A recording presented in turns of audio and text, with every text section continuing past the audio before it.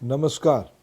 जय जगन्नाथ। महाविषुव पणा संक्रांति पवित्र नववर्ष एवं हनुमान जयंती अवसर में आम राज्य देश तथा विश्वर कोण अनुकोण में बसवास करुवा ओडिया भाई भौणी मानक हार्दिक शुभेच्छा और अभिनंदन। ओडिया जनमानस रे पर्वपर्वाणी स्थान स्वतंत्र। पारंपरिक पर्वगुड़िक आमर सामाजिक आध्यात्मिक एवं पारिवारिक भित्तिभूमि को मजबूत करे। आजिर पवित्र दिन में ओडिशा रे नुआ पांजी प्रचलन होता है।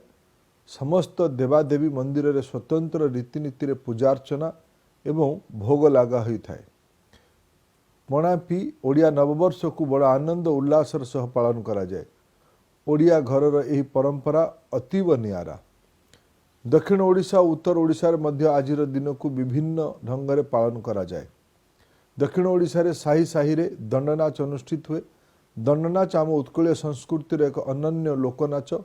सेहीपरि उत्तर ओडिशा आजिर दिनटी को चड़क पर्व भाव में पालन करा जाए।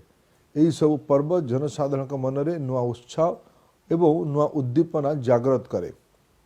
कोविड कटकणा कारण आमे विगत किछि वर्ष धरी आमर पर्व को केवल घरे रही परिवार सदस्यों सह पालन करूथुलु, किंतु आज आमे समस्ते भाई बंधु कुटुंब एवं परिवार जनक सह मिसी ओडिया नववर्ष पालन करुछु।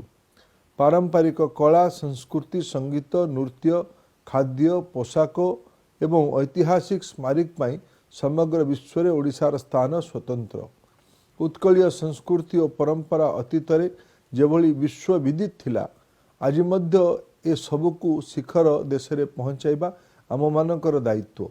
आसंतु आज ओडिया नववर्ष अवसर रे आमे आमर संस्कृति परंपरा और अतीत गौरव को पुनर्जीवित करने शपथ नेबा। उत्कलीय नववर्ष आम राज्यवासी मध्य नुआ उत्साह और उद्दीपना आनीदेव।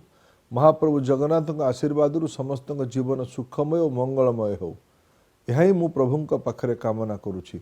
जय जगन्नाथ।